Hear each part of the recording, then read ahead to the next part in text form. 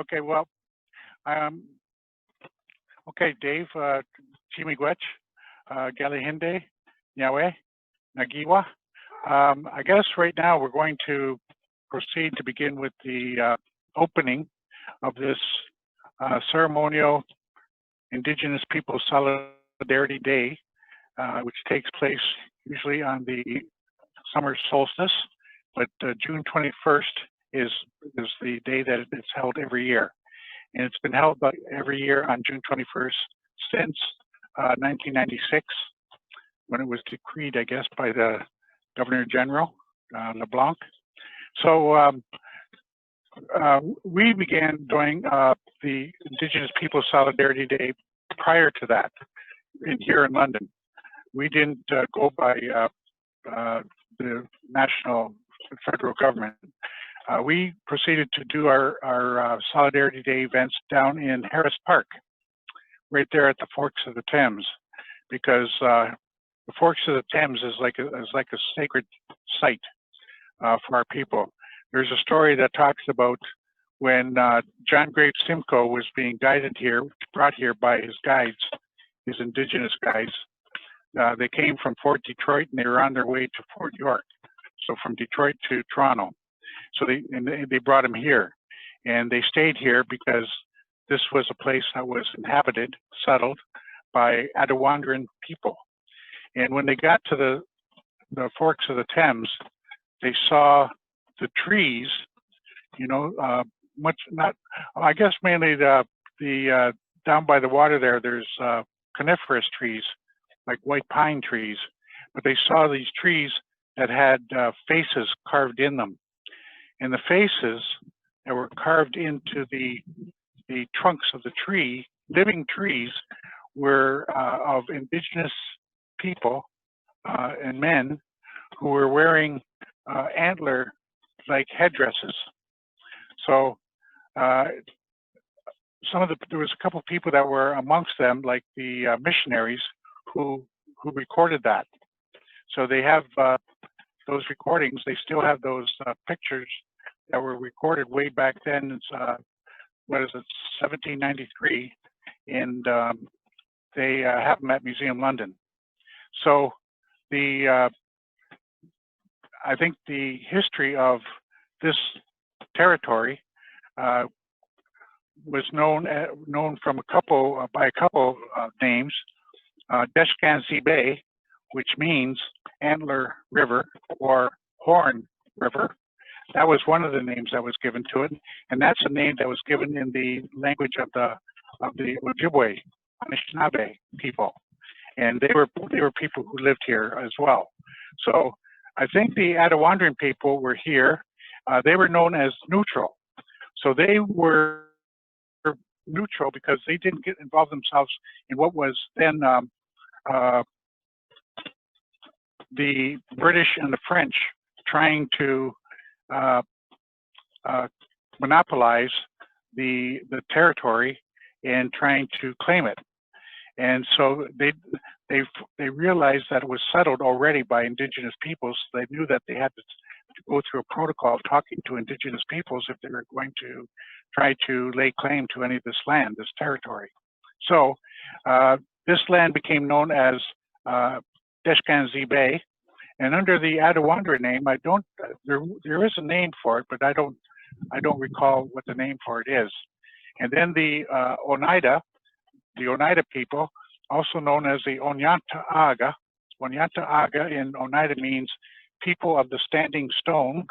The people of the standing stone also came here, and they were settled here. So they had a name for the Deshkanzi Bay as well, and they refer to the river as in their language, and that's another name that I'm not familiar with. I used to know it, but I don't know it anymore. So the river actually went by, depending on what nation or what language you were speaking, went by that language. So it was the Indigenous people knew what water they were talking about, what land this was, but the British didn't know, or the French. Now the French people were the first to arrive here, then the British, and then the Western civilization came once Upper Canada was declared. So we have never, we had an alliance. The Haudenosaunee people of the Longhouse, that's what the Haudenosaunee means in our language. People of the Longhouse, we had a relationship with the British. The Anishinaabe, the Algonquian language family, had a relationship with the French. And they, we had already established a relationship between ourselves, between the Haudenosaunee, the Algonquian language family, other nations that were in this area, such as Zetawandran, such as Shawnee, such as the Cherokee were living here. They all lived here, and we had a treaty that existed here that was called the Dish with One Spoon. So the Dish with One Spoon was the original treaty on how we were going to live here and coexist here. And the dish, in this case, was the beaver population. There was a lot of beaver here. In fact, there was so much beaver here that there was enough beaver here to sustain all the people that lived here, and as well as visitors who came here. So the beaver population was our dish, and we all ate from the same spoon, which means that we are all responsible for each other, making sure that they got their fair share. So everyone who lived here got their share of the beaver. So everyone got fed. No one went hungry. And this was our way of taking care of each other. So this dish with one spoon encapsulated a way of us looking after each other, taking care of each other, standing up for one another. And that was a treaty that was supposed to be into perpetuity. So they say.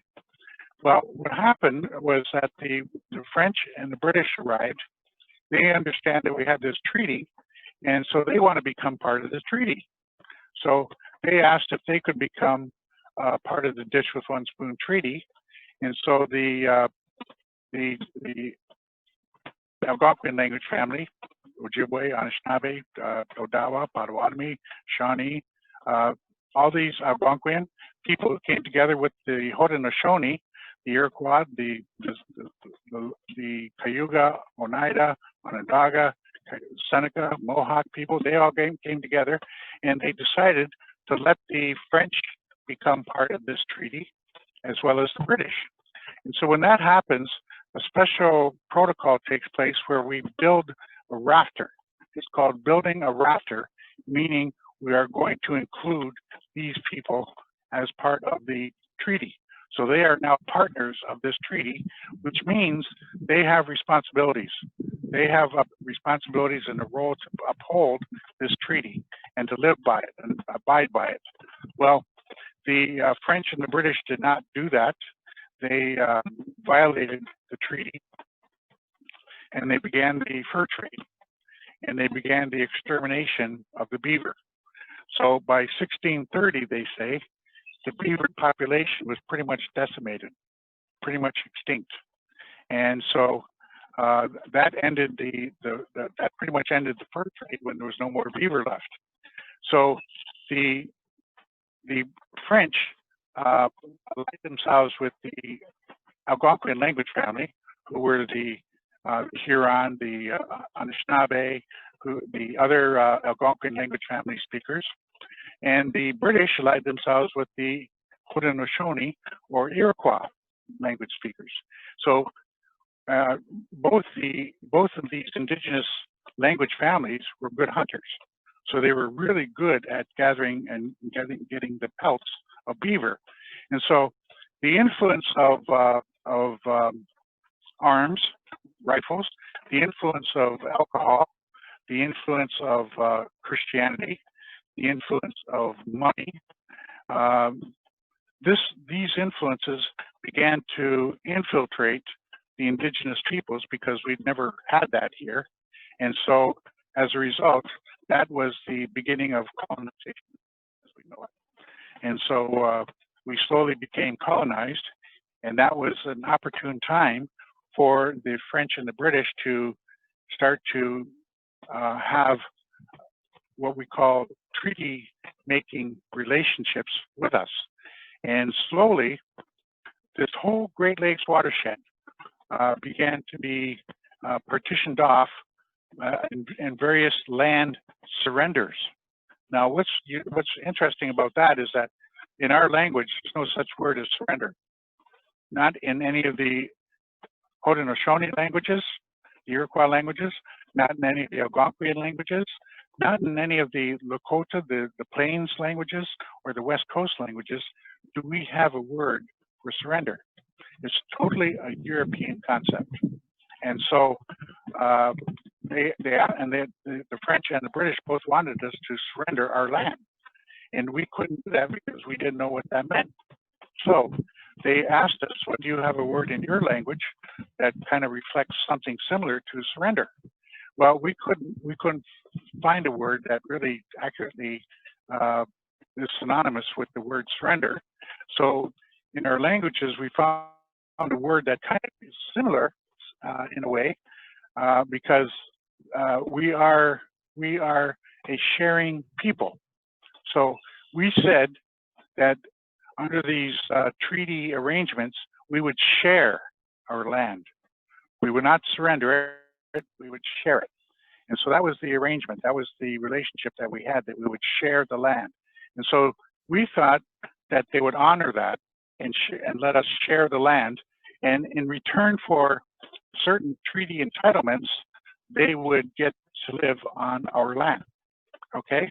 And so, so the treaty entitlements we're still dealing with today, because the Supreme Court of Canada is dealing with a lot of the spirit of the treaties, and the treaties are very, very important, but the Indigenous ancestors knew how important these treaties were going to be, so they made sure that our people would always be taken care of. And that meant that they would always have access to the medicine chest, which was healthcare. They would always have access to hunting and fishing in their territory, so that they could always hunt and fish as they needed to, because there was lots of natural wildlife for them to live with, and they had a good relationship with hunting and fishing and gathering. They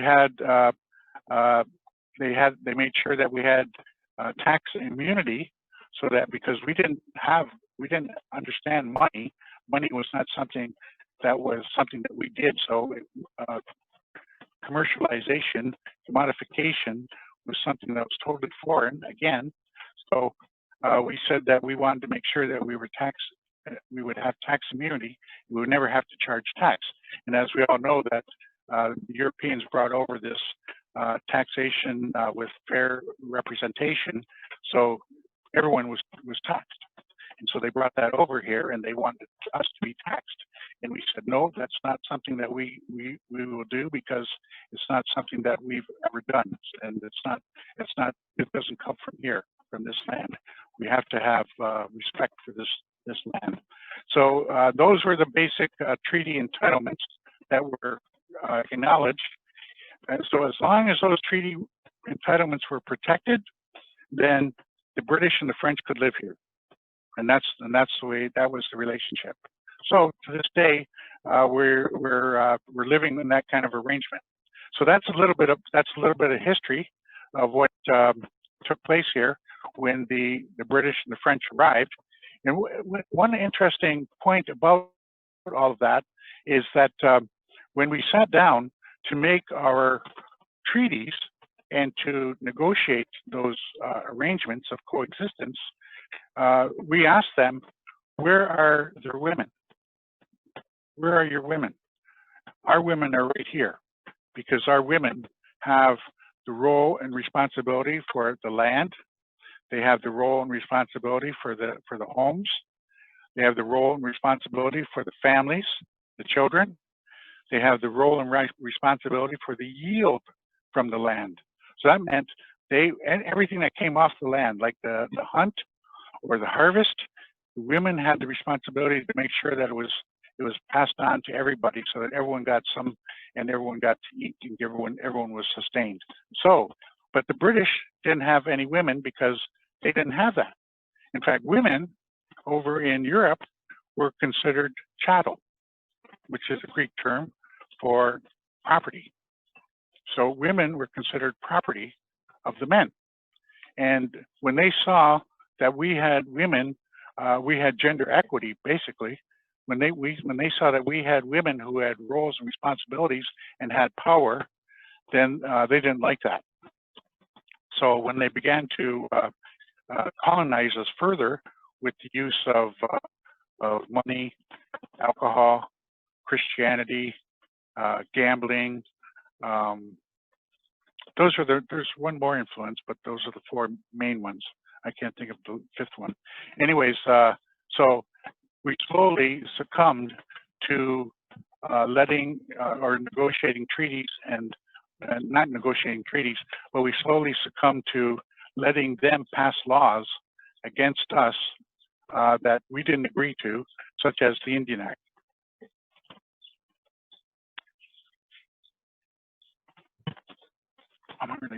Oh.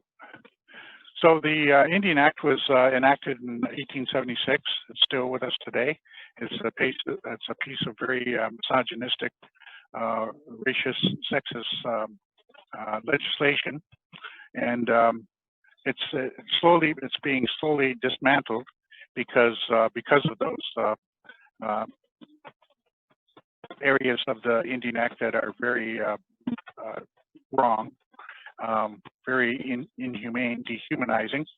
So in any case, we ended up here in London, and now from what I understand from Gabor, there were not only Huron people here, but who is the other people that were also here? Oh yeah, the Huron Wyandot. Yeah, the Wyandot. Yeah. It was the Huron Wyandot who were here, and they were also agricultural people. So there was corn. There was miles and miles of corn all around here, and that sustained everybody. And so John Graves Simcoe thought that this would be a great place to create the capital of what was then Upper Canada. And so in 1793, he declared that London should be the capital. And so he went on back to Fort York, which was Toronto. Toronto, by the way, is a Seneca word meaning the trunk in the water, and that's right by the Don River on Lake Ontario, on Lake Ontario's lakefront. So I'll have to. We do this all the time. Try to speak over the trains or the planes, but let's bring it forward to the 1990s, when we've already started to experience a renaissance where Indigenous peoples have started to wake up, because one of our prophets by the name of Louis Riel, who was Métis, said that my people will sleep for 100 years, and it will be the artists who will wake them up. And we don't have a word for art. There's no such word for art in any of our language or any of our language families. Like when I refer to language families, I'm referring to about 13 language families in all of North America. Okay, just to give you an idea, in Europe there were 7 language families. Oh no, I'm sorry, there were 5 language families in Europe. In all of Africa, there were 7 language families in all of Africa. So that gives you a little idea of the diversity here, because the language comes from the land, okay? And that gives you an idea of how diverse the land is here in North America. So the diversity of the land is reflected in the diversity of the languages that are spoken. And so because our languages come from the land, we spoke different languages coming from different areas throughout North America. We call it Turtle Island. So to this day, we have had a renaissance of artists like Jeremy Dutcher, who's this opera singer who has been singing songs of his Maliseet ancestors, and he created a CD from music that came from wax cylinders that he recorded, and he recorded that music from the wax cylinders, and he added his operatic voice to it, and he came out with a winning CD, and that CD won the Polaris Music Prize, and it also won the Juno last year. So, so the artists have woken us up. It's attributable directly to the artists for our people waking up, challenging our notions of the colonization that we've been through, and actually challenging the actual colonization that we're living under to this day. And as we found out from the Truth and Reconciliation Commission, the cultural genocide that we've been living under to this day, the assimilation that we've been living under to this day, even the missing murdered Indigenous women and girls report also reflected a cultural genocide. And these are, you have to remember, the definition of genocide is pretty hard to pin down, but there's 5 definitions for the term genocide according to the United Nations. And Indigenous peoples of both Canada and the United States actually have suffered the actual definition, United Nations definition. In fact, I think it was Martin Luther King who said that Canada and the United States were founded upon the genocide of the Indigenous people. So, but let's just bring it forward to where now we are starting to try to coexist the best that we can, especially after the past couple of weeks of the Black Lives Matter movement, and the advent of these Truth and Reconciliation Commission, missing murdered Indigenous women, some of the inhumane police brutality that we see directed against Indigenous peoples. Like, most people aren't aware that the RCMP began with the Northwest Mounted Police, who were formed to protect one of the major corporations of Canada at the time, which was the Hudson Bay Company. And so the Northwest Mounted Police were established to keep Native people, Indigenous peoples, under control, and not let them treat the Hudson Bay Company, shall we say, not to treat them unfairly. And so we still have the Northwest Mounted Police, and why they were formed with the RCMP today. The way the RCMP and the relationships with Indigenous peoples still exists in many respects, according to the founding. So today, though, we have contributed a lot of our way of thinking, a lot of our way of life. For example, in this particular territory, we have the Anishinaabe people who live according to 7 grandfather teachings. And those 7 grandfather teachings are courage, love, respect, truth, honesty, humility, wisdom. Okay? So these are the 7 laws of this area. These laws, if we live by these laws, then we will live into perpetuity, side by side. And all we all have to do is live according to these laws. Now, right across the rest of Canada, they have traditional laws that they live by, and that suited them in their particular territory that they lived in on Turtle Island. So I just want to bring you up to the present day, where we had the Governor General, Romeo LeBlanc, declare in 1996, June 21st, as being National Aboriginal Day. Okay? Now, the term Aboriginal wasn't a term that we were very happy with, because if you look at the term Aboriginal, the prefix of the word Aboriginal is AB, ab, And the prefix detracts from who we really are. We are the original people. So that would be a term that accurately reflects who we are, the original people of North America. But we all have a name that we call ourselves. We all have a name that we refer to ourselves, and usually it's a word that translates to original human being, or people, like in my language, we say Onondaga, and that means people of the hills. So I came from the mountains of Allegheny in Western New York, in Pennsylvania. That's where my people originally came from.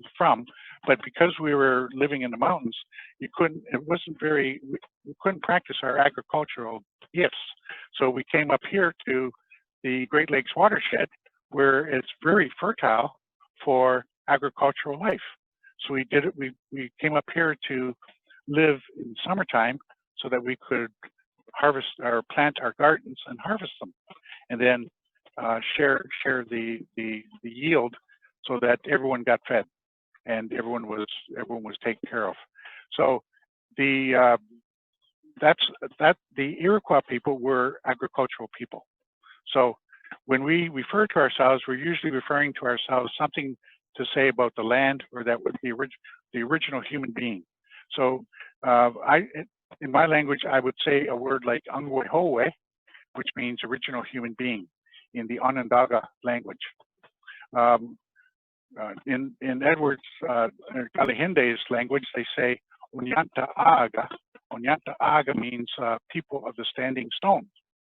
It wouldn't be Oneida. It would be the respectful way to refer to them would be Onyanta Ag. But sometimes that's hard to say, so they say Oneida. So, but they are the people of the standing stone, and they are members of the Haudenosaunee, the Iroquois Angwehowe Longhouse Confederacy, the Great Law of Peace. So, and so you have the Haudenosaunee people living here, and you have the Anishinaabeg, Potawatomi, Odawa, Algonquian, and those are members of the Algonquian language family. Now, the Algonquian language family were hunter-gatherers. So they hunted, they gathered, and they required a lot of land in which to do that. So they pretty much lived on land all the way from the Atlantic Ocean right across to the Rocky Mountains, because they followed the animals. They followed the natural life, and so they required a lot of land to be able to do that and survive. So that's why you have Algonquian language family people who can understand people on the East Coast, the Mi'kmaq, Maliseet, and they can understand people in the Rocky Mountains who speak Saulteaux, or they speak Cree, but they understand each other, or Ojibwe. They all understand each other because they're the same language family, but it's just that the dialects are a little different. Okay, so but basically they're the same language family. So right here in London, you have two language families. You have the Haudenosaunee and you have the Algonquian, and we live side by side because we had the Dish with One Spoon Treaty here at one time. At one point, though, we began to have differences because of the fur trade, and the fur trade colonized us and pitted us against each other to see who could get more beaver pelts. And so we ended up fighting each other, and that was not a good thing. In fact, it was very contrary to the Dish with One Spoon. So it wasn't until we realized that we had the Dish with One Spoon that we actually should be uniting. We should be coming together, and we should be having a common front and speaking with one voice about how we see ourselves living in coexistence with our non-native brothers and sisters. And we always, we would never ever dispossess anyone of their homes, because we know what that feels like. We've had that happen to us for a couple hundred years. So we know that that's not a good feeling, so we would never do that to anybody. But we are involved in some land claims, and the land claims are basically resolving a lot of these issues, and we're having to deal with the original spirit of the land claims, and I mean original spirit of the treaties, because the original spirit of the treaties always dealt with courage, love, respect, truth, honesty, humility, wisdom. Always dealt with the good mind, the good heart, the good words. In the Iroquois way, you know, we have a way that we talk about peace amongst all people. We talk about the power of unity, the unity of all the people. When you have the unity of all the people, then you have power. That is power. And then the righteousness of all the people. And the righteousness of all the people is the welfare of all the people, coming together, taking care of each other, looking after each other. Much like this pandemic has created, so that we are looking after and taking care of each other and looking out for one another. So with those words, I think, Mary Lou, would you like to sing a drum song? Sure. We're going to start off the day. I just want to see, while Mary Lou's getting ready, we have the sun right above us, almost right above us. Now we try to do our ceremonies when the sun is right above us. I explained this one time when we were over at the Wood Street Park there. And the purpose of doing the ceremonies when the sun is above us is that the eldest brother, when he shines on us, we don't cast much of a shadow, okay? And it is said that in our shadow, we can hide a hidden agenda, okay? And so we don't want to hide, and we don't have any hidden agendas. We want the Creator, and we want all our spirit helpers, all of our the natural world. We want them to witness what we're doing here today. And what we're doing here is we're celebrating Indigenous Peoples Day, along with our non-Native brothers and sisters who have come to join us. We welcome Bindigan, everyone, here to the circle today. And we always begin with the purification smudging ceremony. And what this ceremony does is it allows us to purify our mind, body, and spirit. And it actually is a medicine. It's proven that it does actually heal. It does actually have properties of healing that are good, that are very positive. And I was just reading an article about sage, how the science of sage actually does work. Now it's interesting because we always knew that. So, and it was always in our stories, our orality. And our orality has always been here. And science is just beginning to catch up to our orality. So the things that we've been saying are being proven true slowly over time. And that's a good thing, because we are becoming of one mind. We're starting to unite our mind, bodies, and spirit. So is Don going to take this around? Oh, I'm sorry. That's right, I smudged. Okay. Okay, so Mary Lou's going to sing this drum song, and she'll introduce it. Yeah.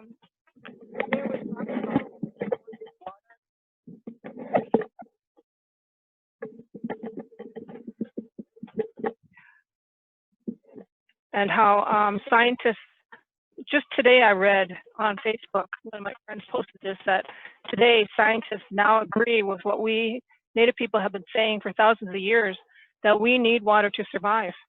And I remember when I was just a kid, I'd hear people saying, oh, it's just water. You know, like, what are you worried about? You know, it's always going to be there, but it's not always going to be there, and unless we do something about it.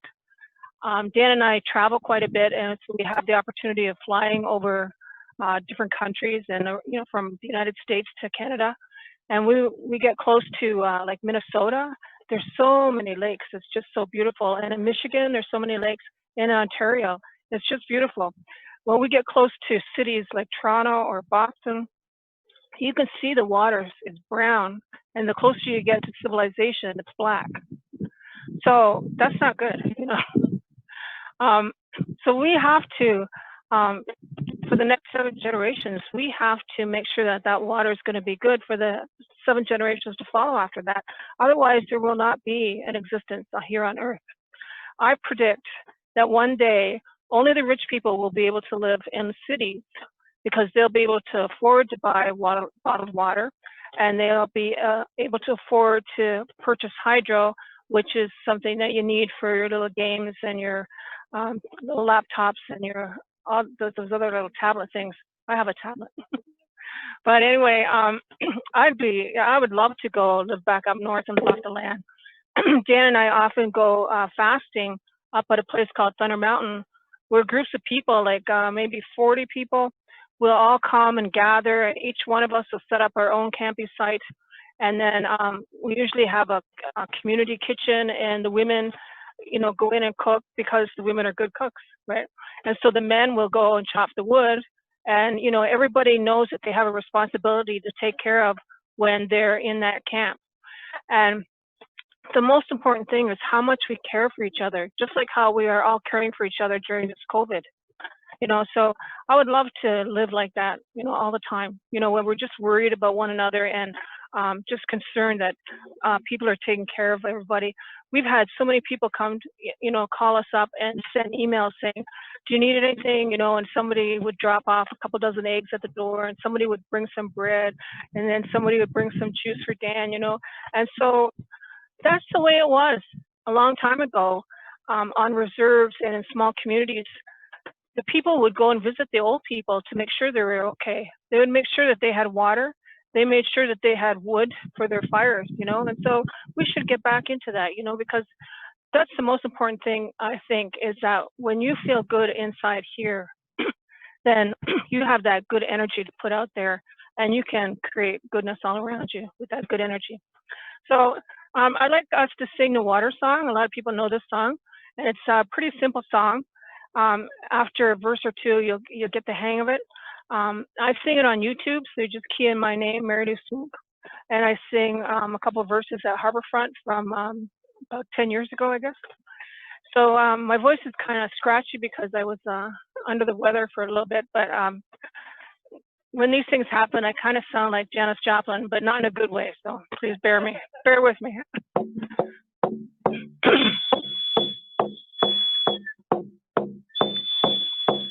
Wichita, do ya, do ya, Wichita, do ya, hey. Wichita, do ya, Wichita, do ya, hey. Hey, Atenea, hey, hey, hey, Atenea, hey, hey, hey, Atenea, hey, hey, hey, Atenea, hey, hey. Wichita, do ya, Wichita, do ya, hey.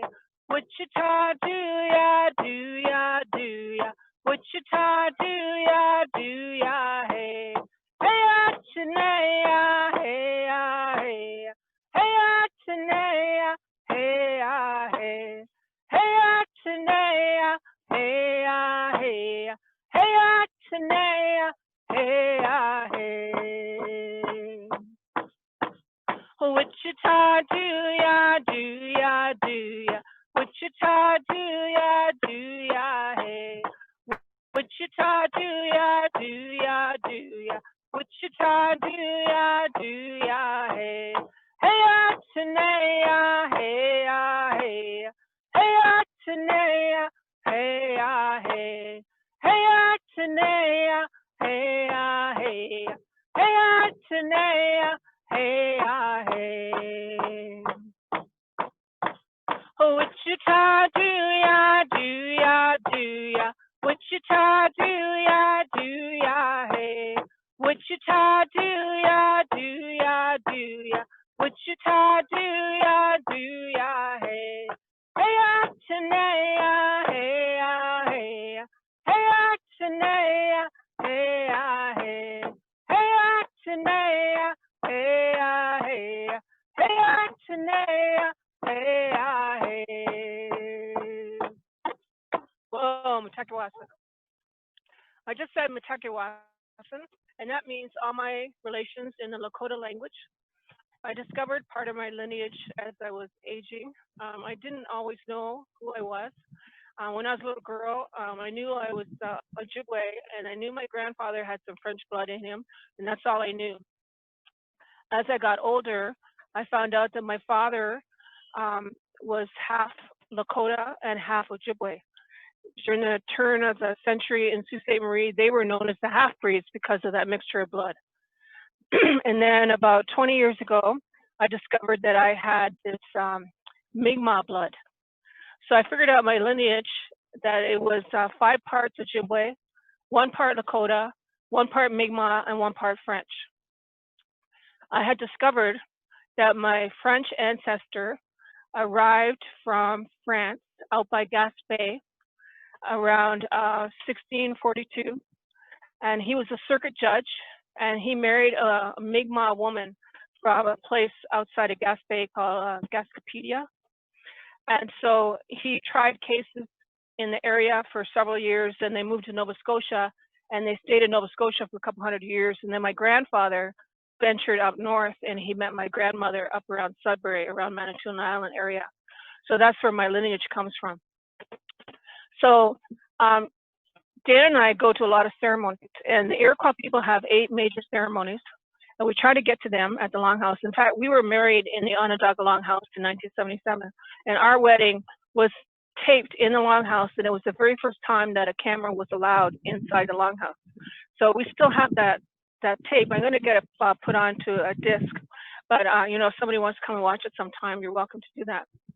So we go to the Mi'kmaq ceremonies. We've gone out there to the east, and we have dances, sun dances, and we have done ceremonies with the Medewan people and our own Ojibwe ceremonies. And to honor my French side, well, sometimes I have French fries, and sometimes if I'm on a train, I order a baguette and I use my accent, and the waiter is impressed. And so I get to honor all my layers of blood in me. What was really interesting was when Dan and I were out in the east, in the Mi'kmaq country, we were asked to go out there to activate some drums, to do some storytelling for the youth, and to help build a sweat lodge and help with a powwow that was happening. So the powwow was a whole weekend, and so we were there for the week before that. So we had these activities to fill up our time.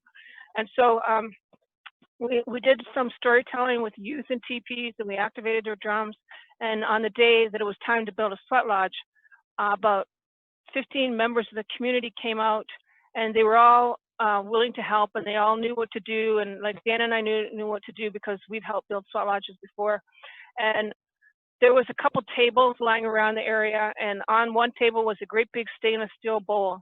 And so I said to myself, you know, like, there's so many people here, they're not going to miss me. I had seen raspberry bushes, and I had seen blueberry bushes. So while everybody else was, you know, bending the wood to build a sweat lodge, you know, and, you know, making the holes and all that, I was out, and I filled that bowl up in no time at all. So a few years go by, and then we meet through our friend Pat, who lives here in London. She grew up in St. Catharines, and she had this family who had discovered they had native blood. And the first thing they wanted to do after, you know, finding out a little bit of knowledge about that was they wanted to go to ceremonies. So she connected them to us. And so we had dinner at her house, and I met the 3 brothers came out. Their last name was Collins, so we always refer to them as the Collins brothers.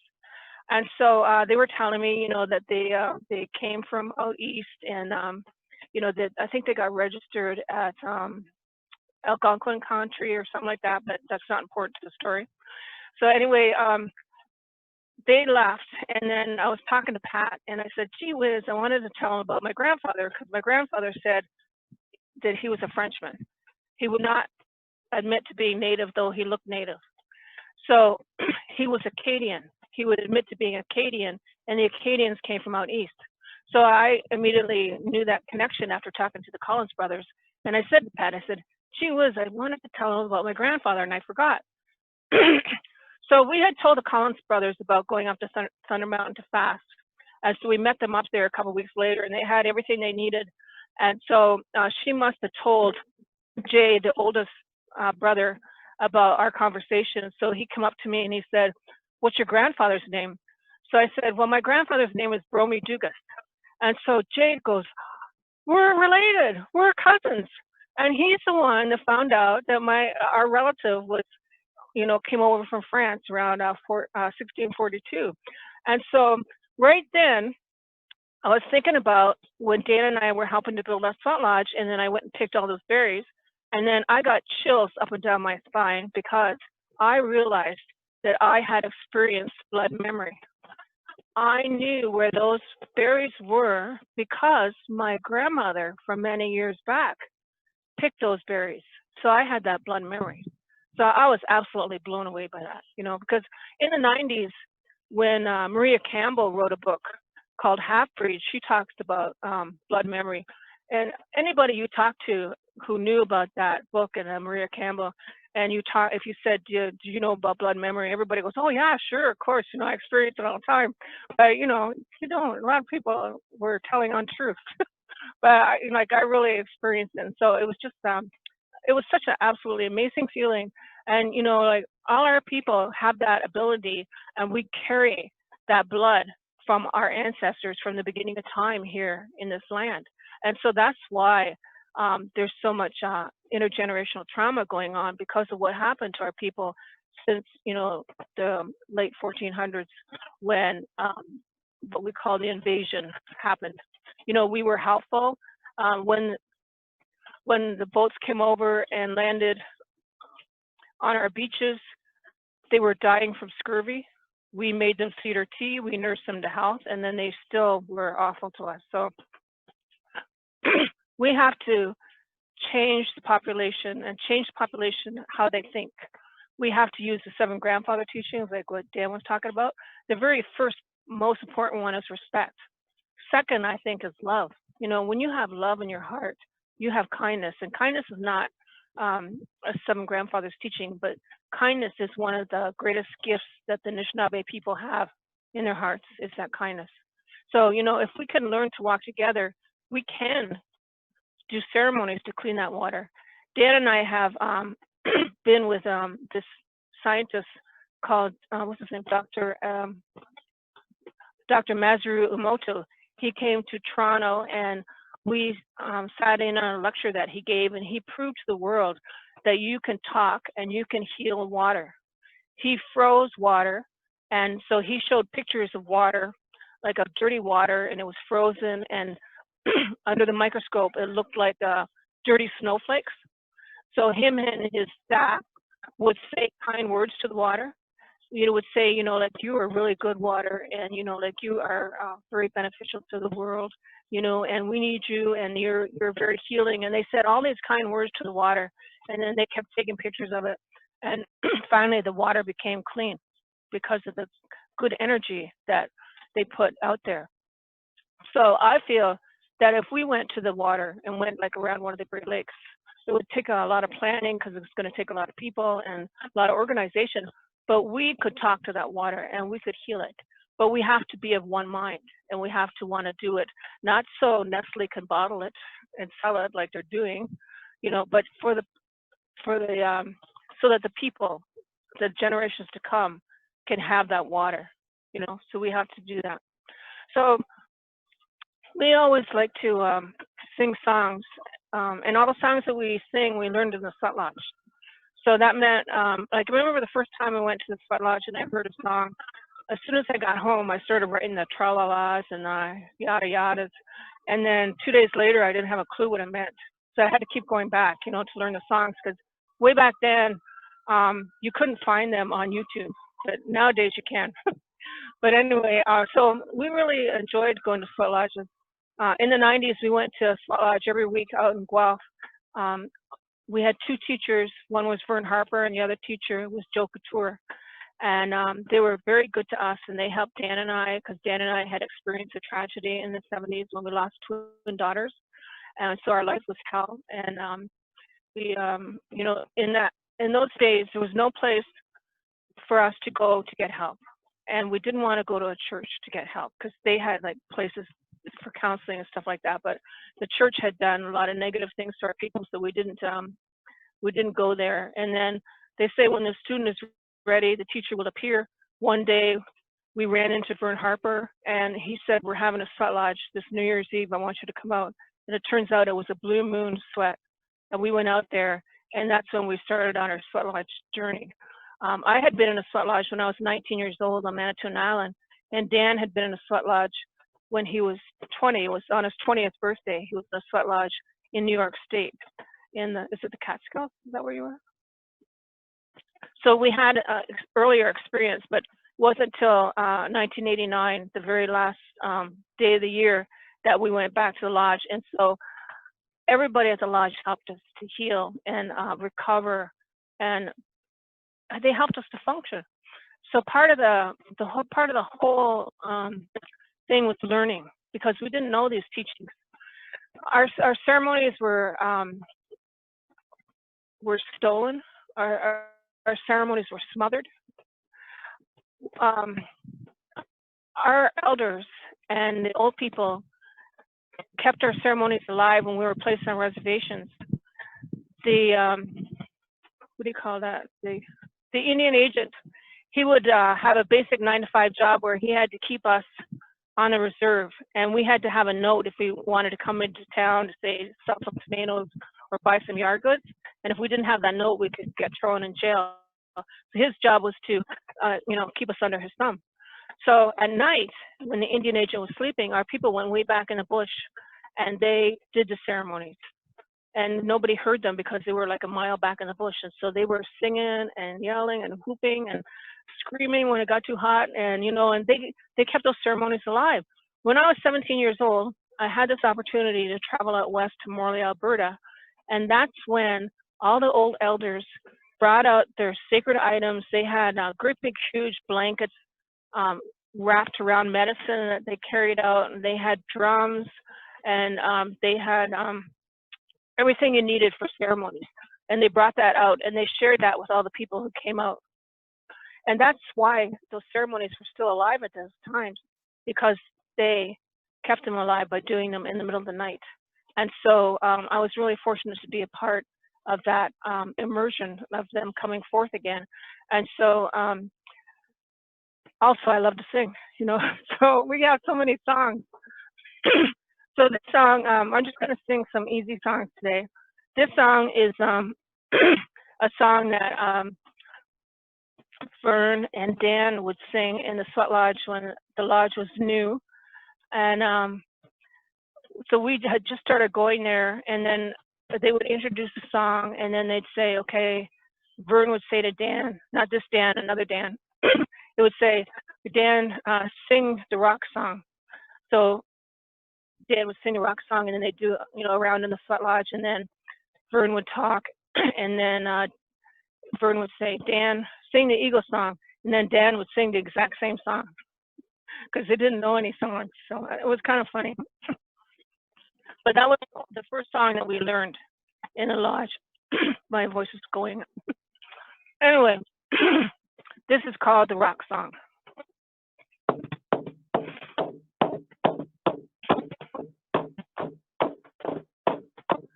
Way high, high, way high, high, way high, high, ho.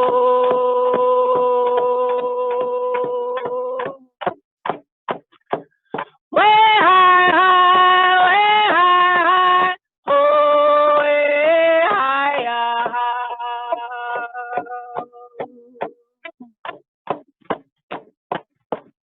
Way, way high, high,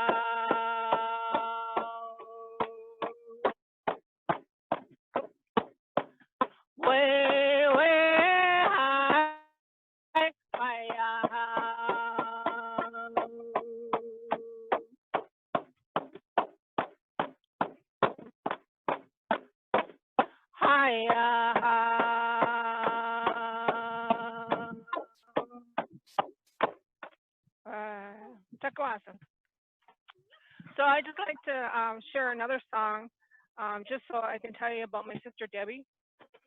My sister Debbie was murdered in Toronto in 1997.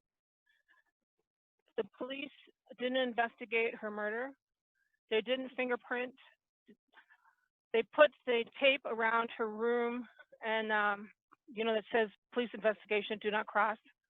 And as soon as they took my sister's body out of her room that she rented in a boarding house, the landlord came and ripped the tape down and threw all my sister's stuff in a dumpster and rented the room out, like the next day or the day of. So my sister's murder was never investigated. So we went through a lot of trauma with that, and our Sutledge family helped us to go through that, and they all came out and supported us, and we sang songs, and, you know, and Vern Harper did the funeral for my sister, and, you know, it's just how our family is, you know, like when we're in ceremony, we're a family, you know? So that's why I think that kind of life is the best way of life. But my sister's favorite song was the Cherokee Morning Song. So we're going to sing that song. If you know, let's sing along, okay?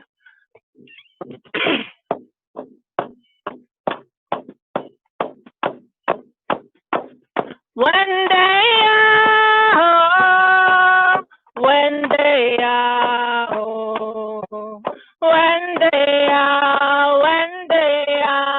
oh, yeah, yeah, yeah. When they are home, when they are home, when they are, oh, yeah, yeah, yeah.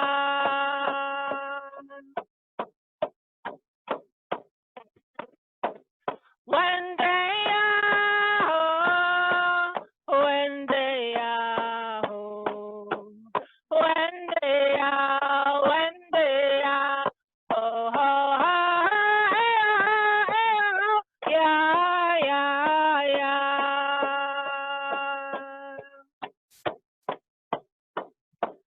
When they are home, when they are home, when they are,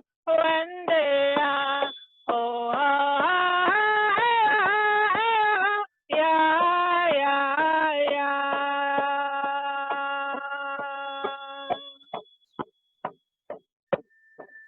Yeah, yeah, yeah.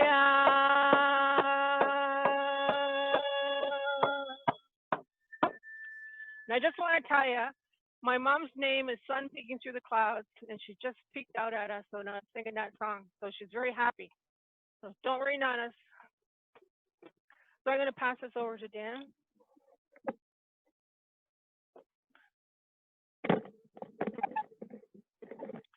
Okay, I think at this time I'm going to share with you, normally these are the words that are said before all others. And these are what we call our Thanksgiving address. And the Thanksgiving address always begins our healing circles, our talking circles, our classes. When Mary Lou and I taught up at Brusha University College and at on main campus from 2006 to 16, we always began with this Thanksgiving address, then a drum song, but we always began with the purification smudging ceremony. But this, I think people started to understand this Thanksgiving because we always begin with the water, which is the most lowest feminine. It's a feminine sacred element of life that all creation needs in order to survive. So we always begin with the water because water is very, very important. And as Mary Lou explained, I think our generation is going to be the last generation that can actually go up into the mountains and drink water from a stream, from a glacial stream, or go to a place where it's so isolated that you can drink the water right out of the lake. I don't think any of the ensuing generations will be able to do that. So right now, water is very precious, and that's why we call it that feminine sacred element of life that all creation needs in order to survive. So we'll begin with the water. The water is the lifeblood of our mother, the earth. Looks after all creation, takes care of everything. Everything needs it in order to live. So water is very important. And water looks after the feed ones and the swimmers. It's very, very sacred. And we always acknowledge the water as being the lifeblood. But water is still following her sacred instructions. She's still providing life to all creation. So we want to give greetings, give credit, give thanks to the water. The water is still following her sacred instructions. Next, we go to the earth. The earth here, our Mother Earth, is also another feminine sacred element of life that all creation needs in order to survive. Nothing would survive without the earth. So we want to acknowledge all the crawlers in the earth, all the four-leggeds that live in the earth, the two-leggeds, us two-leggeds, us human beings, the plant beings, the trees, the rocks, the minerals, all the life that lives in the trees, all the life that lives on the trees. It was nice to see the groundhog, the four-legged, coming to see our gathering here. So all of this creation is a life support system that is interrelated, interconnected to taking care of our mother, the earth, all this life. So we want to give greetings, give thanks that the earth and all this creation is still taking care of our mother, the earth, and that our mother, the earth, is still following her sacred instructions, grandfather, grandmother, so be it in our minds. We also want to give greetings, give thanks to our Father Sky. Our Father Sky represents the air, and our Father Sky breathes that life into all creation. Nothing would survive without our Father Sky. So we want to always give greetings, give thanks that our Father Sky is still following his sacred instructions, grandfather, grandmother, so be it in our minds. We also want to acknowledge, as Mary Lou said, her mother peeking out through the clouds. In our way, the sun is our eldest brother, and the sun represents fire, and fire of life is required by every form of life in creation. Nothing would survive without the sun. Okay, that's how important the sun is. And the sun is related to this fire. This fire that's been made has been made usually with the ashes of a previous sacred fire, And those prayers and those sacred thoughts that are in those ashes are with us in this circle here today. So this, when we begin our ceremonies, we usually wait for the flame to be directly hitting, or the rays of the sun to directly hit the fire. And as soon as that happens, then our ceremony begins.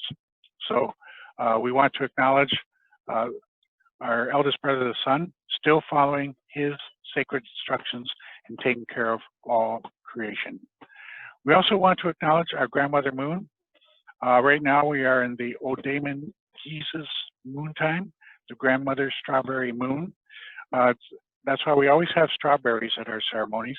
And every time we've come to Wood Street Park, to your community here, you always have strawberries available for every ceremony that we do, because strawberries are the very first fruit life that comes from Mother Earth. And so she's sacred. The strawberries are sacred. And so this moon time, the Odamen Jesus is also known as the heartberry moon. So the strawberry is named Odamen because the strawberry is shaped like the human heart.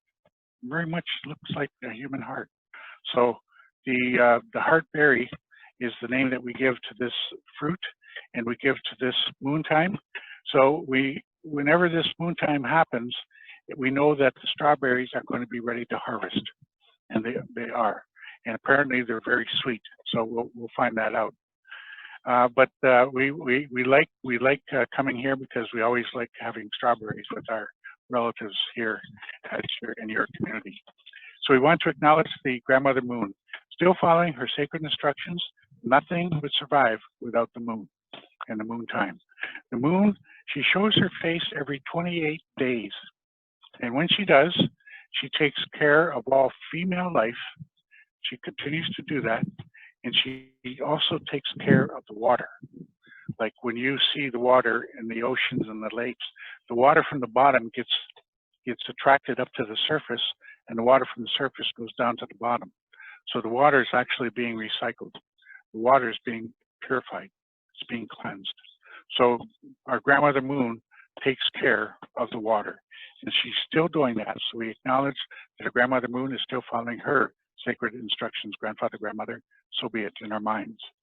We also want to acknowledge the stars that you see at nighttime. The star relatives remind us when it is time for us to conduct our ceremonies of Thanksgiving. In our teachings, it says, the Creator says that whenever we want something to come back and repopulate this world, be it a medicine, be it a harvest crop, be it a fruit, whenever we want them to come back, all we have to do is give thanks and do a ceremony of Thanksgiving. So that's why in our way, we have 8 major ceremonies in which we give thanks. We do that throughout the course of a cycle of creation, 13 moons. And we have 8 major ceremonies whereby we give thanks for different parts of creation. And we're acknowledging, we know that if we do that, it will come back and will replenish, it will repopulate, and will take care of us. And that's why we always do that. And we often find out too that when we do that, the gene pool is often stronger when we do that. So it's important that we do that. We always maintain our ceremonies as we are told by the stars. And we have people who can still read the cosmology, who can still read the birch bark scrolls, who can still read the wampum belts, and they can understand what our ancestors were telling us a long time ago, and that we should be we should be mindful of today, so that we can remember that our ancestors gave us these ceremonies so that we would do them and we would continue them to this day. So we want to just acknowledge that the star relatives are still following their sacred instructions, grandfather, grandmother, so be it in our minds. We also want to acknowledge the thunderers.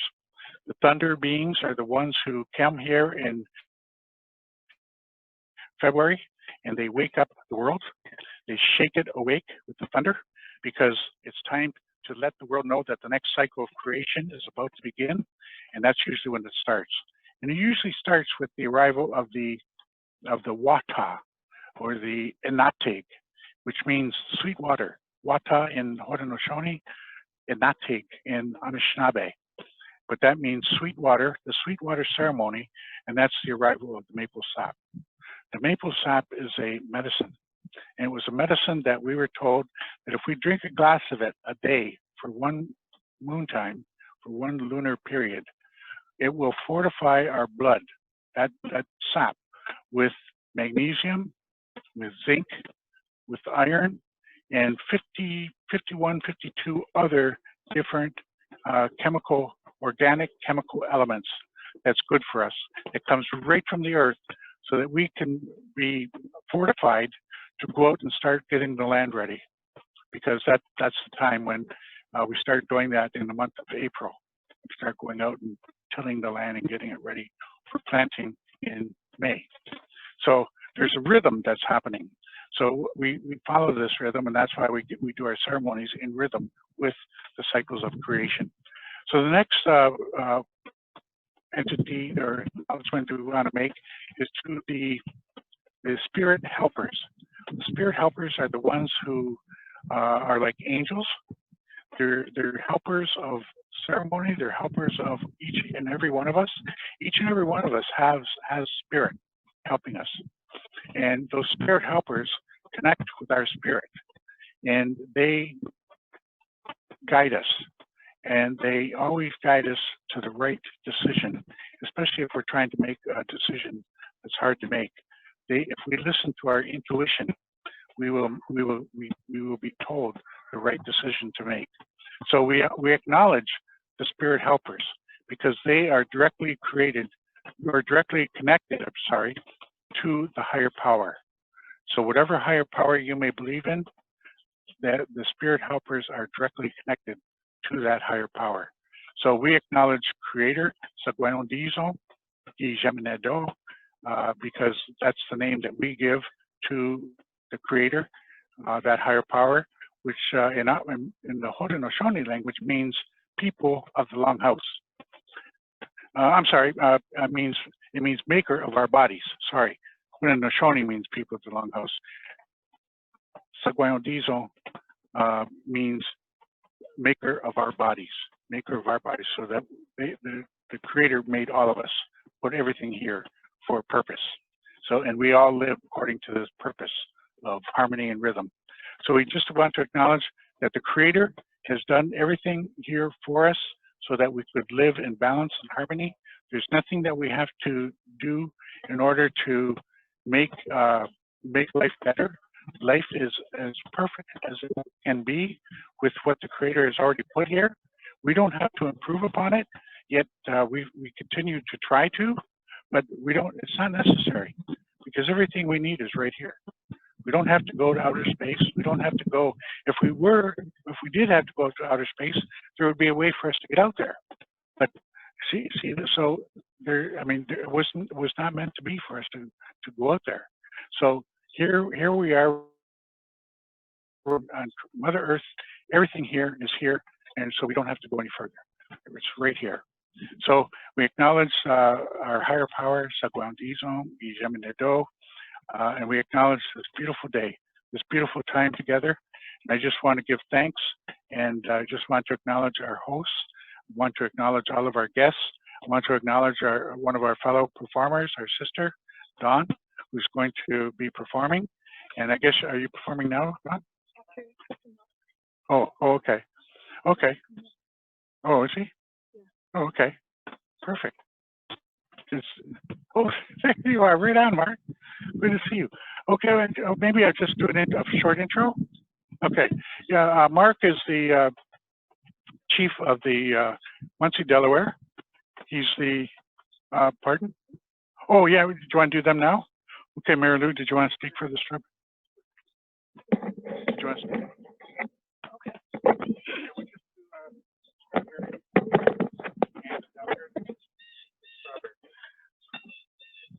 Bonjour. Asayenes koyin dajnakas makwa dodem bachwana bay dunjaba. My spirit name is Shooting Star Woman. I'm Bear Clan. I originally come from Batchewana Bay, Ontario. I'm very honored to be here. Dan and I have been living in this part of southwestern Ontario for 43 years.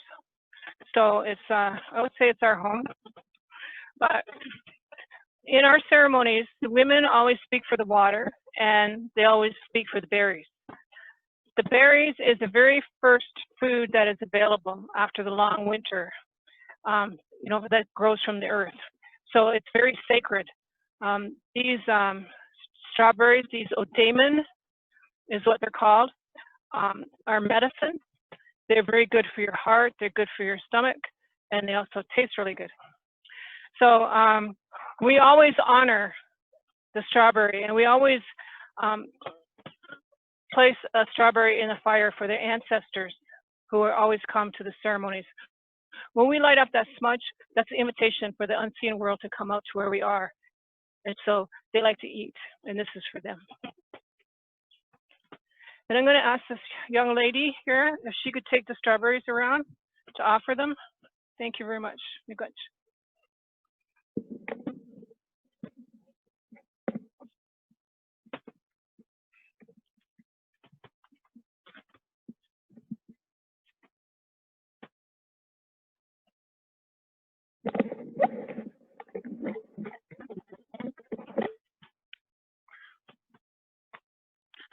Okay, while Dawn is taking the odamen around to everybody, you can just acknowledge the heartberry. I remember one of our elders by the name of Roger Jones from a place called, where was that? Shawanaga. Yeah, he used to always tell us that when we get the strawberry, we should eat the green. And people don't want to eat the green. They always pull the green off and throw it down into the earth, give it back to Mother Earth. But Roger said that that's where a lot of the mineral elements are in the green. So he always encouraged us to eat the whole strawberry. So for the strawberry ceremony, when he would do a sunrise ceremony, it wasn't a big hardship to eat the green of the strawberry. So we got used to it. And then after a while, it just became habit, eh, Mary Lou? We didn't even think about it. So we always say that so that if you want to eat the green, go ahead and eat it. It's not going to be harmful. It's going to actually be good for you. So the strawberry has those good properties in the green. So go ahead.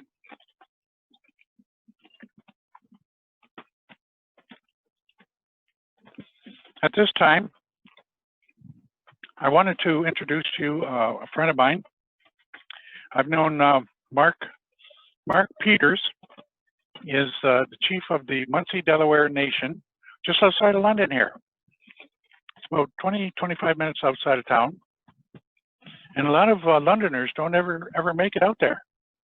And I remember listening to a radio on FM, no, I think maybe it was FM 96 or Radio 98, which was down at the Free Press Building. And I remember the talk show hostess was asking Joe Muskokoman, who was the chief at the time, why don't non-native people from London go out to the reserve to visit Chippewas of the Thames, the Oneida, Oneonta-Ak, or the Munsee, Delaware? And he said he didn't know, because that's what they want. They would like that. They would like to have people come out and visit and get to know their neighbors. And I remember when David Suzuki came here in 1992, he launched this book called Wisdom of the Elders. And that was a book that he went around the world and talked to all the elders, and he encapsulated their wisdom in this book. And he wanted to launch it here because he lived here in London and he went to school here in London. And you know, he never set foot on either one of those three reserves either. And he could not understand it. He thought, why? I mean, there's three reserves just outside of town. Why did I ever go out there? And he didn't know what the reason was. So he thought, well, this year I'm going to, when I finish this book, I'm going to launch it out there on those reserves. So Mary Lou and I, we went out with a friend of ours to every one of the band councils to ask them for permission for David to come out and launch his book. And of course, they all said, sure, that'd be great. And you know, those book launches were just excellent. A lot of the people came from the community to welcome David into their community. A lot of people from London followed David out to those communities.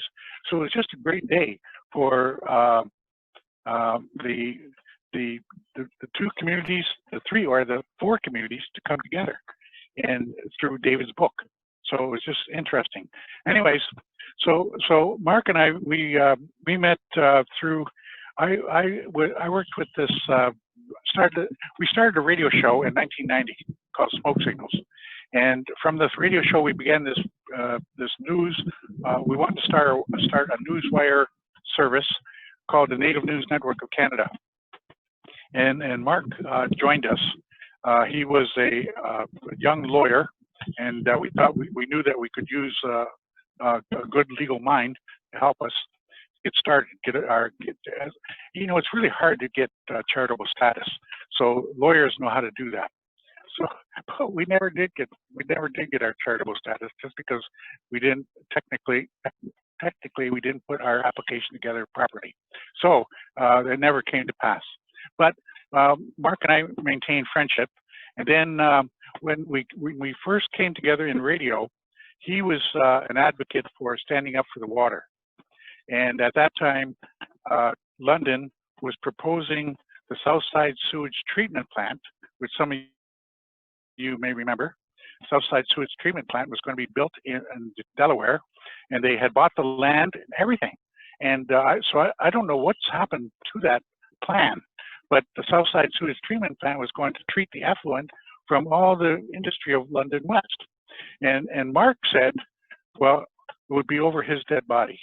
There's no way they're going to build a sewage treatment plant out there in Delaware. There's no way, because I'll be there. Anyways, as we all know, Standing Rock, the Standing Rock pipeline, access pipeline situation, the Indigenous people won, because a judge ruled in favor that the Army Corps of Engineers did not do the environmental assessment properly and did not go through the proper consultation protocols that's necessary. And so they didn't have the right to dig underneath the rivers there. And there was a huge outpouring of support from all over the world. And, you know, I envisioned that we were going to have one of those Standing Rock situations just outside here, Southside Sewage Treatment, and that Mark would be there if it happened. But from what I understand, it hasn't happened, and it didn't happen. So I'm going to let Mark say a few words. He knows about it. He's been doing a podcast from his community every Sunday. I've been watching it, and it's very interesting because he talks about issues that I didn't know about our relationship, or about his relationship of his people to the Hudson Bay Company, or to the Dutch people, or to how they ended up here, because they come originally from New Jersey, and that's where I went to university, in New Jersey. And I didn't even know when I was going to university there whose land my university was on. And then I found out that it was a nation known as the Lenni Lenape. And I said, by any chance, are they also called the Delaware? And he says, yes. I says, we have them living on Six Nations, Grand River, on my reserve. So it just came to pass that I knew that someday I would meet up with some of the Lenni Lenape. And of course, I met up with Bud White-Eye was on our Native News Network of Canada. And then I met up with you and others. And then I became friends. And over the years, we just cultivated that friendship. So I'm going to let Mark say a few words about his podcast.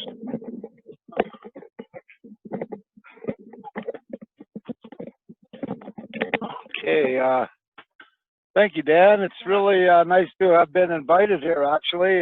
Whenever I get a call from Dan and Mary Lou, I answer that right away, and I'm happy to come here today and see them again and everybody here. I should let you know, the Southside Pollution Control Plant, it wasn't the location of it as much as the outlet of it.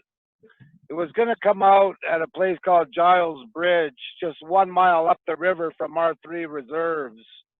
And it would have pumped 70 million gallons of effluent into the river every day, a mile up from us. So that was the issue, really. And the City of London decided to stop that and upgrade the green, and I think it's called Greenway pollution control plant, so that, yeah, we were able as a group to prevent that from happening and having to go down and chain ourselves to bulldozers and stuff like that.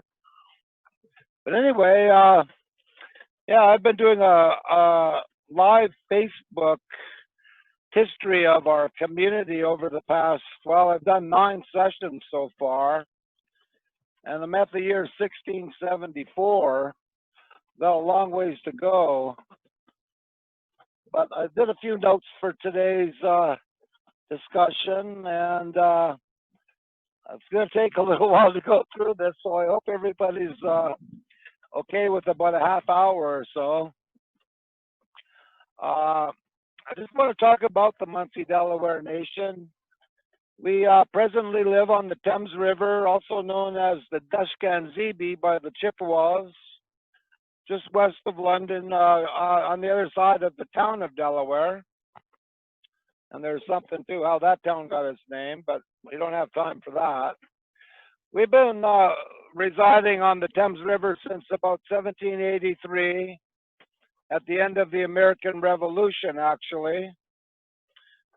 We moved to the Thames with the consent of the local Chippewas, as well as what was known as the Western Confederacy of Indian Nations, of all the Indian nations in the Great Lakes area back in the 1770s and 1780s. And we also moved here on the promise of a treaty with the British government based on our alliance with the British during the American Revolution. However, before we moved to the Thames, we were actually from a long way away, some 800 miles from this area. We are from the area, if you know where the Delaware River is in Pennsylvania, the whole Delaware River watershed from its source to its mouth, over to the Hudson River watershed from the city of Kingston, New York, all the way down to its mouth, including northern New Jersey, Manhattan Island, Staten Island, and western Long Island. These are the lands known as Lenapehoking. It's a rather large area, and that contact, it included probably at least 60 different Munsee-speaking villages. And these villages were all separate and autonomous self-governing communities. We didn't really have a central government overseeing all of the Munsee-speaking peoples, but when it came necessary, we were able to do that. There was another group known as the Unami south of us, and then the Unalategos on the ocean. And together, these 3 groups of people made up what's known as, Dan mentioned, the Lenni Lenape. And the Lenni Lenape are also known as the Delawares.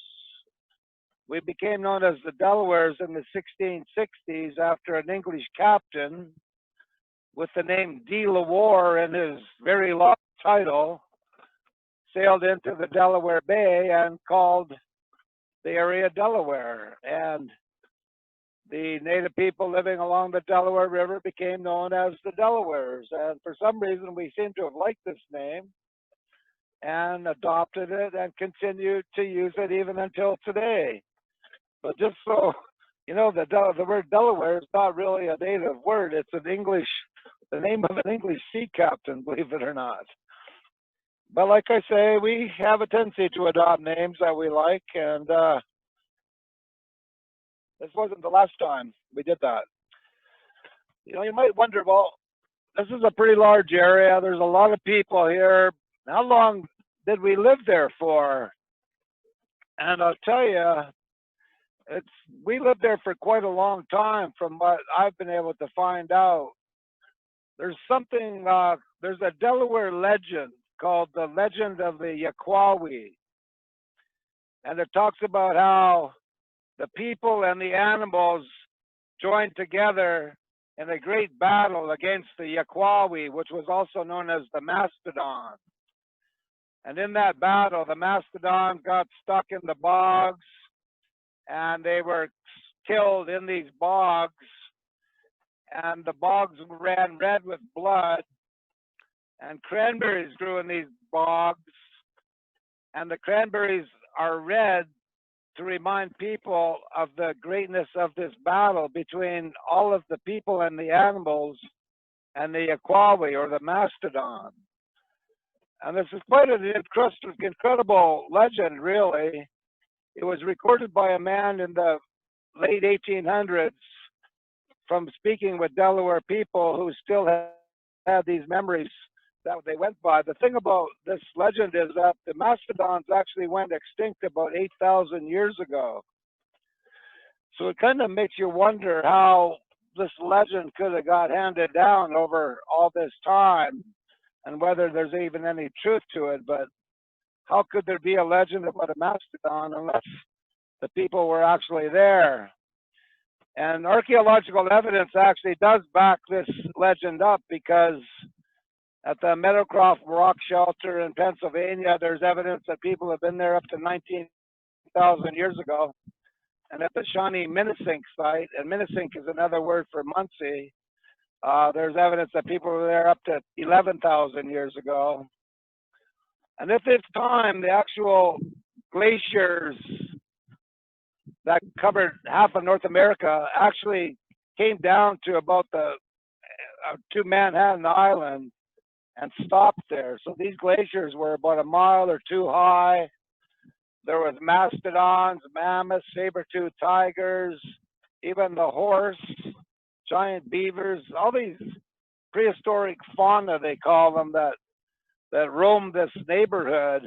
And people were there. And people were, they were probably what they call big game hunters and gatherers. People that knew how to survive in the most extreme weather. They must have known how to sew things together to make clothing, to make shelter. So, you know, this story goes back a long, long ways. And archaeological evidence, again, over the thousands of years, shows a continuing occupation of this area, as well as a development in the area of weapons and tools and cooking stuff, things made out of stones that don't disintegrate over time.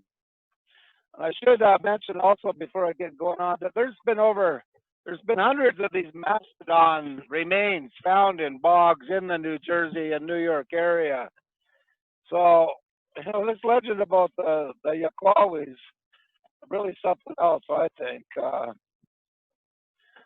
But probably about 1,500 years ago, we started to develop agriculture, and developed extensive agricultural pursuits, growing various crops. We had orchards and other resources readily available on the land, deer and fish, and it was just a fairly rich environment for resources to live off of. We believed in a creator known as Kishalimokwang, and that this creator was a kind and charitable creator who provided everything on the earth for the people, and that everyone was entitled to their share of what was provided. And people were expected to give thanks to the creator, Kishalimokwang, for everything that was provided to us, and also to live in a similar kind and charitable way as the creator themselves were. And there were certain principles that were taught to young people from an early age, courage and respect, truth, wisdom, all these things similar to what's called the seven grandfather teachings of the Anishinaabe. We went by these same principles, and people learned them from a very early age. You know, there was no hitting or threats of children back in those days. Simple words were enough to instruct children on how to behave, and none of this violence occurred as far as I know. And a lot of this information that I'm talking about isn't stuff I'm just making up. These are observations mainly from a guy named John Heckwelder. He was a Moravian missionary who lived among the Delawares for about 60 years, almost his whole life, really. And he observed these things over this amount of time and saw that this is the way our societies operated. And that's where this information comes from, a lot of it. You know, we lived in what were basically peaceful societies. Our villages, there were no fortifications around them. There was no threats from anywhere. We were a very large group of people, so we didn't have these threats from anywhere else. There was extensive trade that occurred between our nation and all up and down the Mississippi River and up in northern into Canada and even into the Caribbean. There's evidence of things that were collected from these distant places in archaeological sites. So things actually weren't too bad, I don't think, for a long time in our original homelands of Lenape-Hoking. And you can see this in the report of a guy named Giovanni de Verrazzano to the King of France in 1524, when he sailed along the northeast coast of North America and stopped at a number of Indian villages along the way. And he was an Italian guy sailing for the King of France, and it looked like his mission was really just to get to know the people in North America more than anything else. And in his own words, he describes them as a beautiful people and a beautiful land. It was a friendly, peaceful encounter. The food was, in his own words, delectable. The people were healthy, and the end was of old age. People died of old age. That there was no other problems that people seem to have had. And he stayed at one village for 15 days and other villages for different periods of time. And his last comment before he left was, "We made very good friends." You know, a very incredible encounter, really, in 1524. And that's what's known as the first contact with European explorers in the New York area. 85 years later, Henry Hudson sailed into the New York area, and he had a little different attitude than Verrazzano, I can tell you. Hudson was employed by the English at first to find a way to China. He went north into the Arctic but couldn't find a way.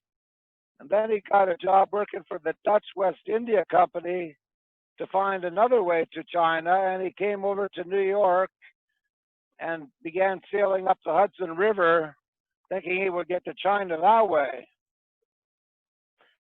However, they didn't have much luck finding China, and I think they were quite frustrated in their efforts, actually, and disappointed, and they seemed to have done a lot of drinking on this voyage. And even when they came into New York, there was some sort of little fight with the local Munsee people. One of their sailors was shot in the neck with an arrow and killed, actually. And then they went up the river and didn't find a way to China. So they came back, and I think they were rather disappointed. And they started kind of shooting their way back down the river. And when they got to the New York area, there was all kinds of conflict and And these guys, probably all half smashed and drunk, went out in their boats with all these the weapon was actually called a murderer, believe it or not, and these other guns that they had back in those days, and they went hunting for people to just pick on and beat up, I guess, because they couldn't find their way to China. So anyway, he left the area and then sailed up to Hudson Strait and Hudson Bay. And the way we know all this stuff is that his first mate, a guy named Robert Jewett, kept a journal of this trip. And just like Verrazano made a report to the King of France, Robert Jewett kept a journal of Hudson's voyage as well. And a lot of it has to do with sailing information that gets quite monotonous, but every once in a while you'll see contact with First Nations people. And Robert Jewett wrote extensively about the contact with the people on the Hudson River in New York. But as Hudson went up into the Hudson Strait area to find his way to China, something happened on the boat, and Robert Jewett actually caused a mutiny and kicked Hudson out of the boat into a little skiff. He put his son in there and a couple other guys from the ship, and they cast them off into the Hudson Strait in the Arctic Ocean, never to be seen again. So this was quite an interesting crew, actually. It seems like there was problems right from the start with this crew, even in England before they got here. There was differences in egos, I guess. I don't know what it was, but it was a bad second contact with the Munsees, at least. And I think we were somewhat introduced to a different attitude, a different way of doing things with Hudson that didn't occur with Verrazano. But Hudson came in to that area and founded New York for the Dutch West India Company. And I'd like to get that a little bit clear, because the Dutch West India Company was a business, really, and they did all this exploring with the permission of the Dutch government, but it really wasn't the Dutch government that was doing the exploring. It was the Dutch West India Company, and they decided to establish a outpost on Manhattan Island. And Manhattan is a Munsee word meaning supposedly Rocky Island. But there's a story that the Munsees sold Manhattan Island for $24 worth of beads and trinkets. The fact is, there is no deed for the sale of Manhattan Island. There never was, and there never will be one produced, because it doesn't exist. It's a myth, really. There is a Munsee version of this history of the sale of Manhattan Island, and it comes from an oral statement made in a letter to the President of the United States in 1849, actually. President Zachary Taylor. There was a number of Munsees in White River, Indiana, who made an incredibly long letter to the president explaining our dilemma about having lost all of our lands. And in that, they talk about providing the Dutch West India Company with enough land, the size of they call it a bullock robe, but the size of a deer hide, say, to plant themselves on overnight. And overnight was a metaphor for a period of 1 year. But the Dutch West India Company people took this deer hide and they cut it into a long strip, so that instead of being this big, it was that big, and took the whole island rather than this little area that we were going to give them to farm on for a year. So that's really the only evidence regarding any land transaction regarding the entirety of Manhattan Island. There are other transactions and deeds that occurred in the 1630s for parts of Manhattan, but you know, when I went down there a few years ago to say I was there to collect the rent, they were quite shocked that that somebody might still have a claim there, but fact is we do, and we're not through with that yet. But this beginning of land transactions in Manhattan Island resulted in some 600 land transactions between the Munsees and the Dutch and the English over a 100-year period before we lost all of our land. That's a lot of land transactions. The first director of the Dutch West India Company, a guy named William Keith, kind of set a policy, a statement of how things were going to be done when he was involved in 2 serious massacres of the Munsee people, actually. There was a report that some Raritan Indians had stolen a pig from a Dutch person. This report was wrong. Actually, the Dutch person's servant stole the pig, but the Indians were blamed for it, and Keith sent in an army who killed them all and tortured them and other things just over this false allegation of stealing a pig. And he then had another massacre occur to the Waikisqueaks on Manhattan Island when they were seeking refuge from being attacked by somebody else, and massacred quite a few people, like 80 people, and did some horrible things to them after death that I can try and describe. They're all written down by somebody who was there, a guy named William DeVries, who saw all of these things happen, and it's a pretty horrible stuff that occurred. But like I say, this was the Dutch West India Company, and these were soldiers who did this work. They weren't settlers, and I'd like to distinguish that. Keith was involved in another massacre of 500 Munsees and 120 soldiers when they were surprised at a gathering in the woods and were all shot and burnt to death. You know, these are pretty serious events. And when Keith left and Stuyvesant came in to be the new director, things didn't change that much. So right from the time of settlement with the Dutch West India Company until about 1664, relations were described as what he called tolerable. It was called working disagreements based on a creative misunderstanding. It was a rather strange world to live in, I suppose. All these massacres, different wars going on. There's a case where 1,000 warriors came down the Hudson River in 70 canoes and destroyed settlements on Staten Island. I mean, we could have technically wiped everybody out in the area if we'd wanted to, but we didn't do that.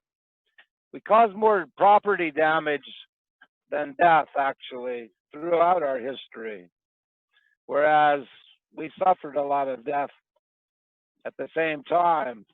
Disease was a serious issue during the 1660s, and our population went from a good probably 20,000 to about 5,000 in that 40 years, in addition to the impacts of war and murders and other things like that. It seems like a bad period of time, but I'm not sure it was all that bad.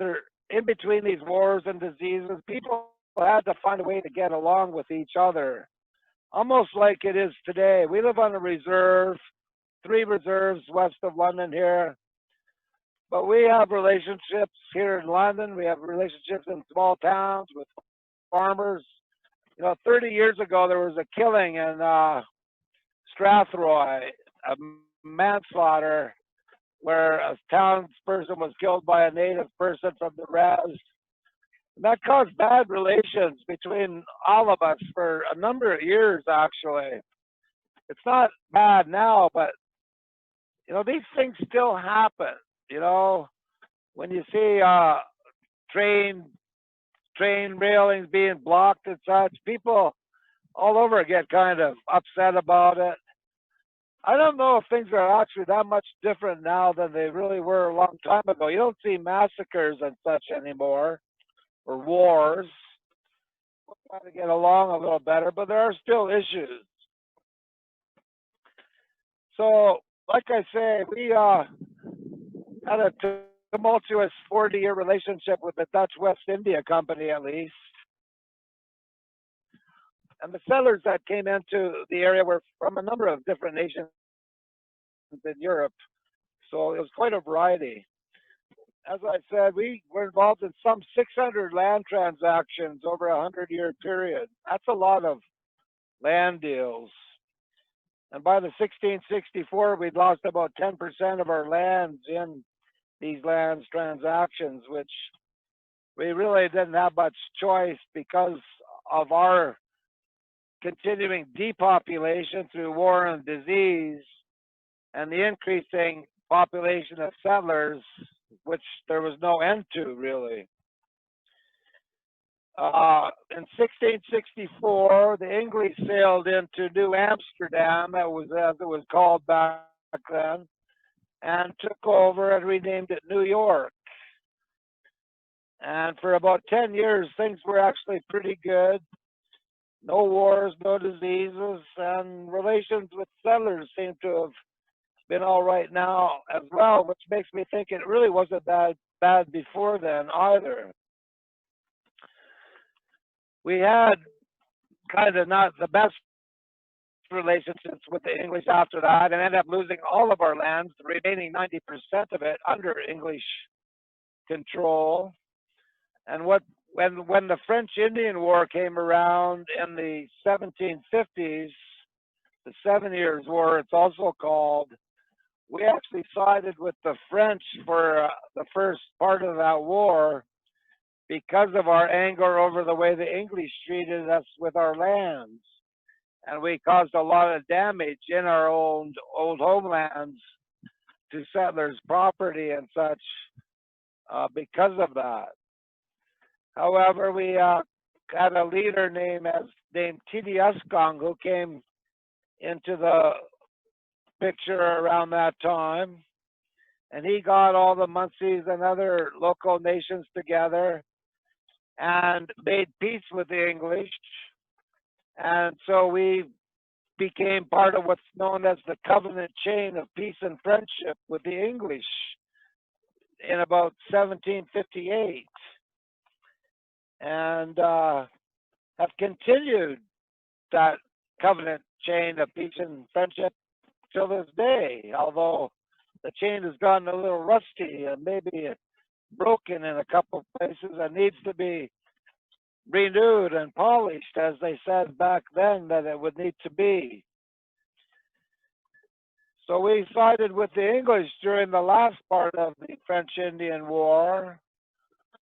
And then when the English failed to live up to their promises to our alliance during that war, that's when Pontiac's War came into place in around 1763, when all the First Nations in the Great Lakes started attacking and taking over British forts and getting them kicked out of here like they said they would do before the war was over. So that resulted in what's called the Royal Proclamation, basically, which protected Indian lands west of the Ohio River and called them Indian lands, and only the Crown could buy those lands and sell them to settlers. Individuals were not allowed to buy any of these lands. However, and it's my belief that the Americans, the soon to become Americans, did not like this proclamation because it prevented them from getting access to the lands. And that's the real reason for the American Revolution, as far as I'm concerned, was to get access to these lands west of the Ohio River rather than anything to do with paying taxes. Because that's what occurred from the revolution, is the proclamation became null and void, except here in Canada, and the Americans gained access to all of the lands west of the Ohio River. We sided with the English during the American Revolution and fought with a corps known as Butler's Rangers, which also included Joseph Brant and his Mohawks And again, we did a lot of damage to our old homelands that we'd been kicked out of. Such damage that the Army of the United States decided to punish the Munsees and burned and destroyed all of our villages in the Susquehanna Valley, and made us move from there up to Cattaraugus, New York. And during this burning and destroying of our villages and crops, this army walked away with $30,000 worth of loot from our villages, stuff they stole after we were gone, which shows that we actually were doing quite well, I think, financially at least. If we could leave that much behind as we tried to get ahead of this advancing army, we must have taken a fair amount with us. And it confirms this observation from Heckwalder that the Munsees always had a good treasury of wampum and other valuable things. No one person had stuff like, had everything. It was a community chest in a sense. So we ended up moving from New York, New Jersey, Pennsylvania, across the Alleghenies to the Susquehanna Valley, over up into Cattaraugus, New York, over into Sandusky, Ohio, as well as the Miami River in Ohio. And after the American Revolution, we were involved in what was known as the Indian Wars from 1783 to 1795, where all of the First Nations, the Western Confederacy that I talked about, fought against the Americans to keep them on the eastern side of the Ohio River. And this was with the verbal backing of the British, although they never gave us any military backing in any way. During this time, in 1793, Lieutenant Governor Simcoe came through down the Thames and stopped at the Delaware Castle, as he called it back then, with Joseph Brant, 7 Mohawk warriors, and 7 officers. And they stayed overnight. And at that time, Simcoe gave us a deed for 12 by 6 miles of land on the Thames River, according to our own people who were there at the time in things they later wrote.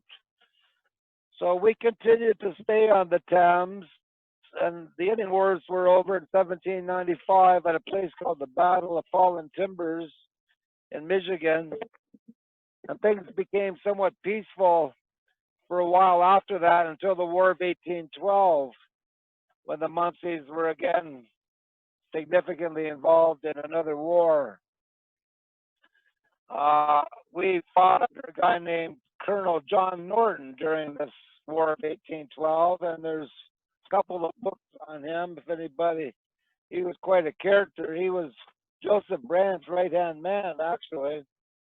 And he was the last person to ever fight a duel in Canada in 1814 or something like that. He was in a duel with another guy in Bradford, and they shot him and killed him.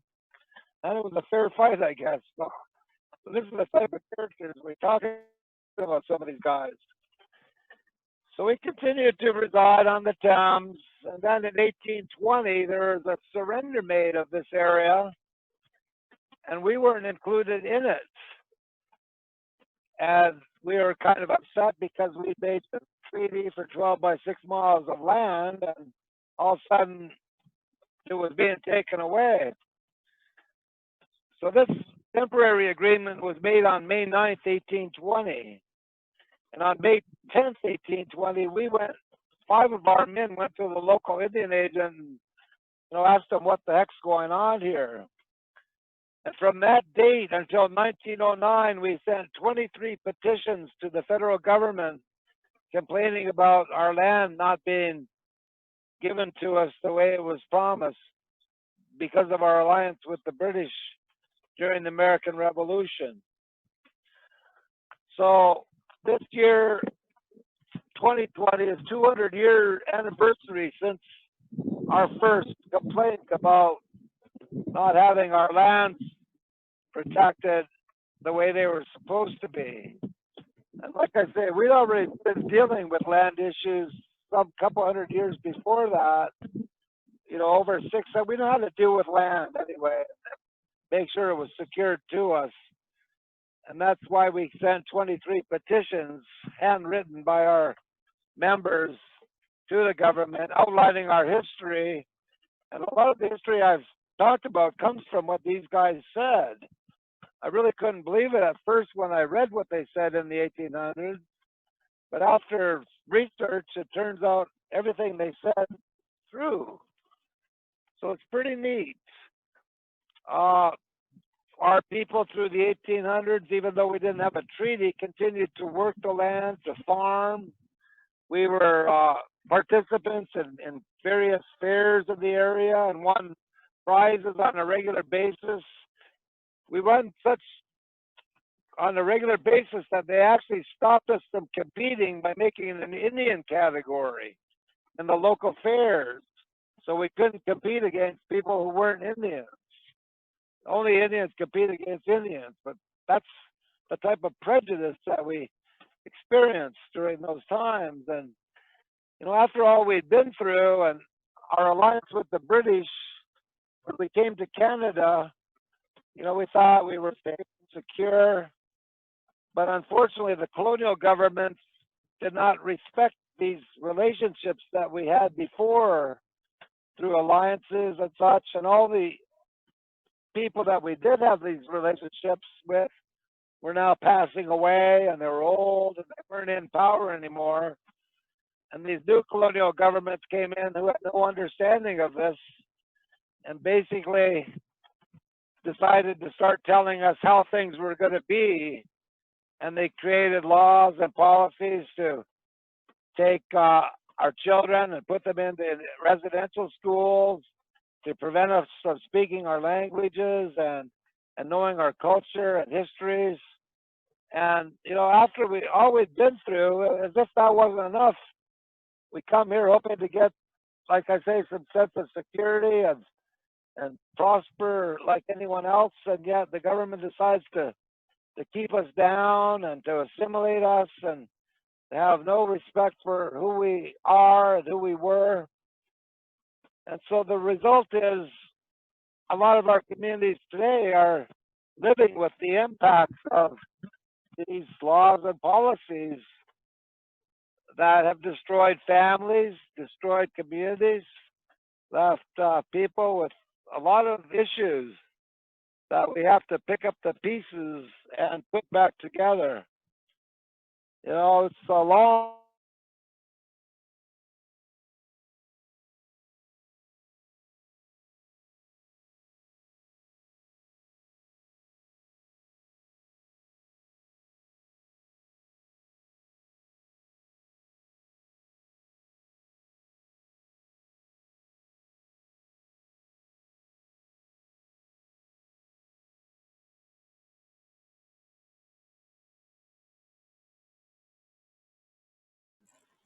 Hi, we seem to have an interruption. I'm going to make